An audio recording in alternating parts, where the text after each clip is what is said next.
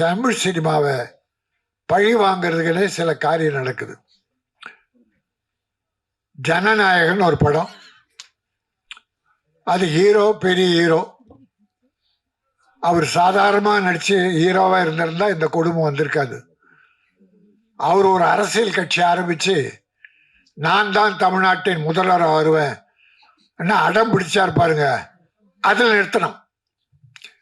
யாருமே எடுத்த உடனே நான் தான் முதலமைச்சர்னு சொல்ல வரலாறே கிடையாது. கட்சி ஆரம்பிக்கலாம், தப்பு கிடையாது.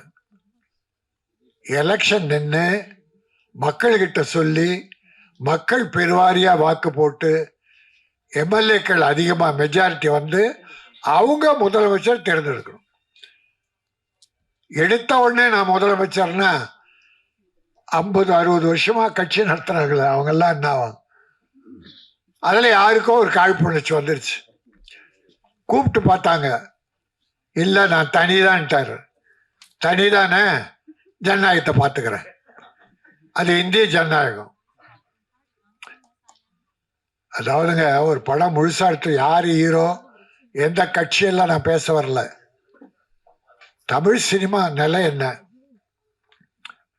ஒரு படம் எடுத்து முடிச்சாச்சு, அது 400 கோடி 500 கோடியா தெரியாது. ஹீரோவுக்கு மட்டும் 250 கோடி, ஒரு 100 கோடியில படம் 350 கோடி இருக்கும், அவ்வளவுதான். ரைட். ஒரு முதலாளி ஒரு தயாரிப்பாளர் பண்ணா. இப்ப கஷ்டம் யாருக்கு? தயாரிப்பாளருக்கு. ஹீரோக்கள் படம் வரலன்னு வருத்தப்படலாம், ஆனா பணம் வரலன்னு வருத்தப்படுறாரா? பணம் வாங்கிட்டாரு, எப்போ கொடுத்துட்டாங்க, அதனால அவரு கஷ்டம் இல்லை. ஆனா பணம் போட்ட முதலாளி எங்க தயாரிப்பாளர் அவஸ்தப்படுறார். இதுல என்ன நியாயம்னா நிச்சயம் நியாயமே இல்லை, பழிவாங்குதல் ஒண்டிதான். டிசம்பர் 19 படம் பார்த்துடுறாங்க, 22 சர்டிபிகேட் கொடுக்குறேன், கட்டெல்லாம் கொடுக்குறாங்க. 24 கட்டு கொடுத்தாச்சு. 24ஆம் தேதி சர்டிபிகேட் வரும்னு நம்பினா பதிலே இல்லை. சென்சார் போர்டு பதிலே சொல்ல, இவங்க மெயில் அனுப்புறாங்க, சர்டிபிகேட் அவன் இல்லை. அப்போ கோர்ட்டுக்கு போறாங்க. கோர்ட்ல போன உடனே லாக். 1 மாசம் மேல ஆகுது, படம் வரல. அப்போ இவ்வளவு ஒரு அரசியல் பழி வாங்குதல் என்பது, அவர் எங்க போறாரு என்ன? இப்ப பாருங்க, நாளைக்கு அவர் சொல்லட்டும், நான் இந்த கட்சியோட அலைன்ஸ் போயிடுறேன் சொல்லட்டும், நாளை அந்த சாயந்தரம் 1 ஹவர்ல வீட்டுக்கு சர்டிபிகேட் போயிடும். அப்போ 100க்கு 100 அரசியல் விளையாடுது. அது தவறு. சினிமா உலகை பழி வாங்காதீர்கள். அவருக்கு குரல் கொடுத்தாங்களா? யாரும் கொடுக்கல. ஏன்னா மற்றவங்களுக்கு கஷ்டம் வரும்போது அவர் யாருக்கும் குரல் கொடுக்கல, அவர் யாருக்கும் கொடுத்ததில்லை. அதனால இப்ப எல்லாரும் அவரை விட்டாங்க. அதனால அவருடைய தைரியத்தில் அவர் தான் இனி வெற்றி பெறணும், தயாரிப்பாளர் காப்பாற்றணும். ஆகவே நான் எந்த அரசானாலும், இது மத்திய அரசு தான் காரணம், மாநில அரசு மேல சொல்ற அர்த்தமே இல்லை.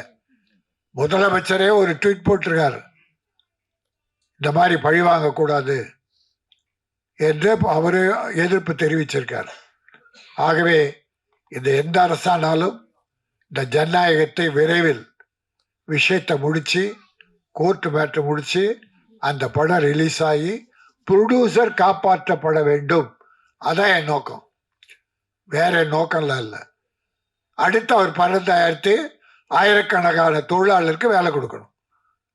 அந்த நோக்கத்தோடு தான் நான் சொல்லுகிறேன், ஜனநாயகம் படம் விரைவில் வெளியாக வேண்டும். உங்கள் அரசியலுக்காக சினிமாவை பழிவாங்காதீர்கள் என்று பொதுவாக சொல்லி, ஒரு மன திருப்தி என்னன்னா, ஒரு நல்ல படத்துடைய ட்ரெய்லர் பார்த்தோம், ஒரு 4 சாங், அற்புதமான சாங் பார்த்தோம். அதற்காக அவங்களுக்கு நான் வாழ்த்துக்களை சொல்லி, அடுத்த நல்ல வாய்ப்பு உங்களுக்கு கிடைக்க இருக்கிறது என்பதை சொல்லி, ஒரு தமிழ் பண்பாடு குத்துவிளக்கு ஏற்றி ஆரம்பிச்சாங்க. குத்துவிளக்கு ஏத்துறது என்பது நம்முடைய தமிழ் பண்பாடு. இருள் நீங்கி ஒளி வீசணும். இப்ப அது மட்டும் இல்ல குத்துவிளக்கு பண்பாடு, குத்துவிளக்கு ஏத்தனா என்னென்ன வேணும்? என்ன வேணும்? எண்ணெய், திரி, தீ. எண்ணெயை ஊற்றி திரிய வச்சு தீயை ஏத்துறோம். அதை ஒரு 10 முறை சொல்லி பாருங்க. எண்ணெய், திரி, தீ. எண்ணெய், திரி, தீ. எண்ணெய் திருத்தி. கடவுளே,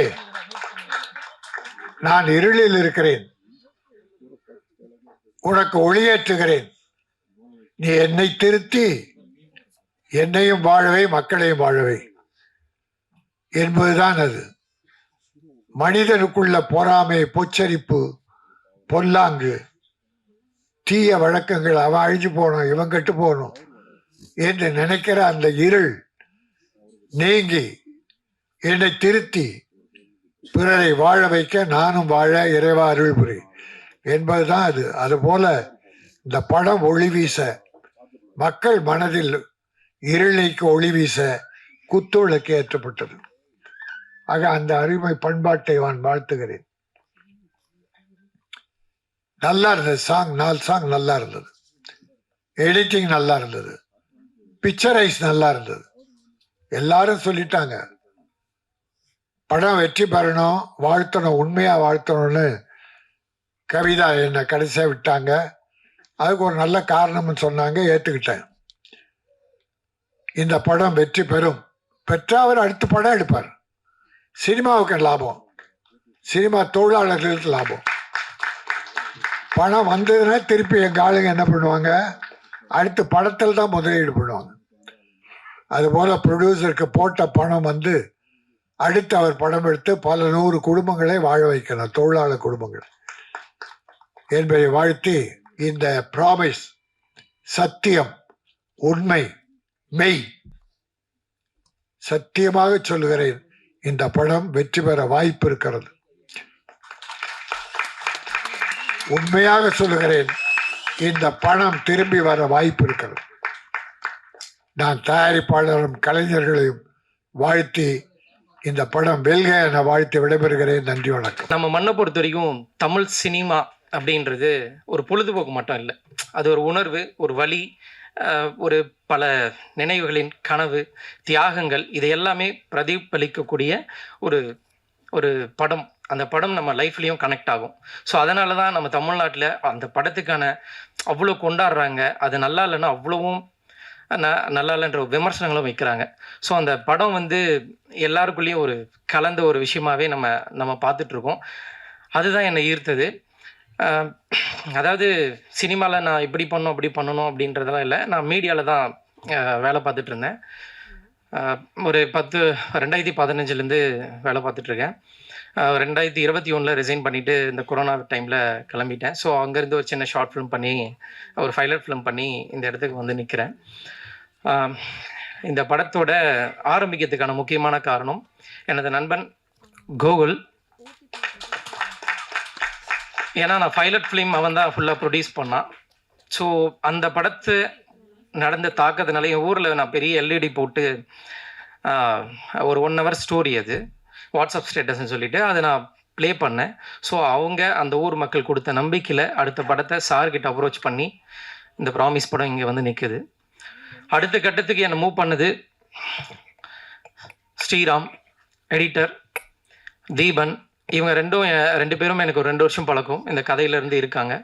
ஸோ இந்த படத்துக்கு ஆரம்பிக்கிறதுக்கான முக்கியமான காரணம் இவங்க 2 பேரும் கூட. இந்த படத்தை இப்போ வரைக்கும் என்னை கைவிடாமல், இப்போ வரைக்கும் என் கூடவே இருக்கிற நாகராஜருக்கு நான் வாழ்நாள் ஃபுல்லாக நன்றி தெரிவிச்சுப்பேன் சார். ஏன்னா அவர் இல்லைன்னா இந்த படம் எனக்கு வந்திருக்காது. இப்போ வரைக்கும் என்னை கையை பிடிச்சி கூடவே இருக்கார். எங்கள் டீமுக்கும் அப்படி தான் இருக்கார். ஸோ எங்கள் டீம் சார்பாக ரொம்ப நன்றி சார். நான் மிஸ் பண்ணிட்டேனான்னு தெரியல. Okay, music Deepan. அதாவது பார்த்தீங்கன்னா ஃபஸ்ட்டு இந்த கதையிலேருந்தே தீபன் கூட இருக்கார். நான் ஸ்க்ரீன் ப்ளே ஃபஸ்ட்டு பண்ணிட்டோம். ஸ்க்ரீன் ப்ளேயில் இப்படி தான் போகுது. நீங்கள் பார்த்த ட்ரெய்லரில் பார்த்தீங்கன்னா ஃபஸ்ட் ஹாஃபுக்கு தான் நாங்கள் ட்ரெய்லர் வச்சுருக்கோம். செகண்ட் ஹாஃபில் ஒரு அவர் சொன்ன மாதிரி தான், எடிட்டர் சொன்ன மாதிரி தான், ஒரு பெரிய பூசணிக்காக நாங்கள் மறைச்சிருக்கோம். அது சொன்னால் அது ரொம்ப வேறு மாதிரி டாக் போய்டுன்றதுக்காக நாங்கள் அதை மறைச்சி வச்சுருக்கோம். ஆனால் பட் ஃபஸ்ட் ஹாஃபுக்கான ட்ரைலர் தான் இது வச்சுருக்கோம். நான் ரொம்ப அழுத்தமான, ரொம்ப ஆழமான ஒரு வலியை செகண்ட் ஹாஃபில் இருக்குது. அதை நாங்கள் ட்ரைலரில் வைக்கல. அதில் லாஸ்ட்டில் வர சாங்கில் ஒரு சின்னதாக கிளிப் வச்சுட்டோம். அதே நாங்கள் வீடியோ சாங்கை போடக்கூடாதுன்னு பிளான் பண்ணோம். பட்டு அது கால் வந்து நம்ம டீம் கால்ஸ் இதில் போடுங்க விஷுவலாக அப்படின்ட்டாங்க. நீங்கள் இந்த படத்தை நாங்கள் தேட்டருக்கு கொண்டு வர முயற்சி பண்ணிகிட்ருக்கோம். அதாவது எங்களால் இருந்த மொத்தம் அமௌண்ட்டு போட்டு எடுத்துட்டோம். ஸோ இப்போ என்னென்னா சேலுக்கு வந்து நிற்கிறோம். ஸோ ஃபஸ்ட் காப்பி எடுத்துகிட்டு ஏதாவது கொடுத்து இப்போ தேட்டருக்கு கொண்டு வரலாம் அப்படின்ட்டு. ஏன்னா ஓன் ரிலீஸ் பண்ணுற அளவுக்கு அதான் எங்கே போனாலும் அனுபவம் கேட்குறாங்க. நிறைய பிரச்சனைகள் இருக்குது. ஏன்னா ஜனநாயகன் படத்துக்கே அவ்வளோ பிரச்சனை இருக்கும்போது ஆக்சுவலி ட்ரைலர் வந்து ஜனநாயகனுக்கும் இந்த ட்ரைலர் ஒரு சம்மந்தம் இருக்குது. என்னென்னா நாங்கள் ட்ரைலர் வினோத் சார்கிட்ட தான் பேசி வச்சுருந்தோம். ஜனநாயகம் ரிலீஸ் ஆனதுக்கப்புறம் அவர் மீட் பண்ணி பண்ணுற மாதிரி. அது போனதுனால ட்ரைலரும் எங்களுதும் காணாமல் போயிடுச்சு. ஸோ பெரிய ப்ரொமோஷன்ஸை மிஸ் பண்ணிட்டோம். ஸோ தேங்க்யூ வினோத் சார், நீங்கள் அக்செப்ட் பண்ணிக்கிட்டு பண்ணுறேன்னு சொன்னதுக்கு.